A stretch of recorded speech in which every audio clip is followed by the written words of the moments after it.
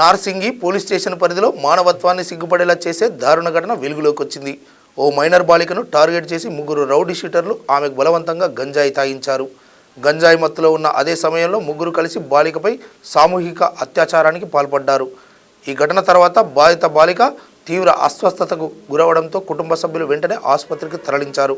ప్రస్తుతం బాలిక చికిత్స పొందుతుండగా ఆమె పరిస్థితి విషమంగా ఉందని వైద్యులు తెలిపారు. ఈ కేసులో ముగ్గురు నిందితులు రౌడీ షీటర్లే కావడం స్థానికంగా మరింత కలకలం రేపుతోంది. నిందితులు ముగ్గురు ఘటన తర్వాత పరారీలో ఉన్నారని పోలీసులు వెల్లడించారు. పోలీసులు కేసు నమోదు చేసి ప్రత్యేక బృందాలతో నిందితుల కోసం గాలింపు చర్యలు చేపట్టారు. బాధితురాలు నెక్నంపూర్ డివిజన్ పాషా కాలనీ ప్రాంతానికి చెందిన బాలికగా సమాచారం అందుతోంది. బాలికను నిందితులు ఎలా పరిచయం చేసుకున్నారు, ఎక్కడికి తీసుకెళ్లారు, ఎలా మోసం చేశారనే కోణంలో కూడా పోలీసులు విచారణ చేస్తున్నారు. ఈ ఘటనపై స్థానికంగా తీవ్ర ఆందోళన వ్యక్తమవుతుండగా నిందితులను వెంటనే అరెస్టు చేసి కఠినంగా శిక్షించాలని ప్రజలు డిమాండ్ చేస్తున్నారు.